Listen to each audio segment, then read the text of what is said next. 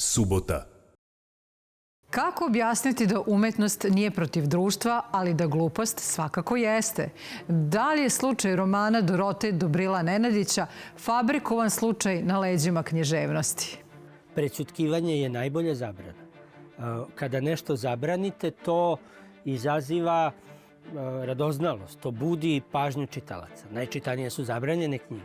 Ja sam ovaj roman čitao u srednjoj školi. Ja. I daleko od toga da je bio štetan. Daleko od toga da je bilo šta loše učinio u kontekstu mom ličnom.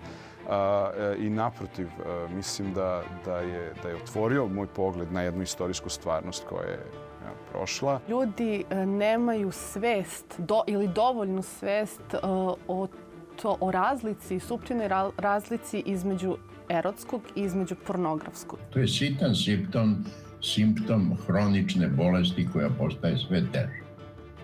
S hroničnim bolestima se živi, ali jednog dana se umire. Dokument subotom u 17:30 na RTV 1.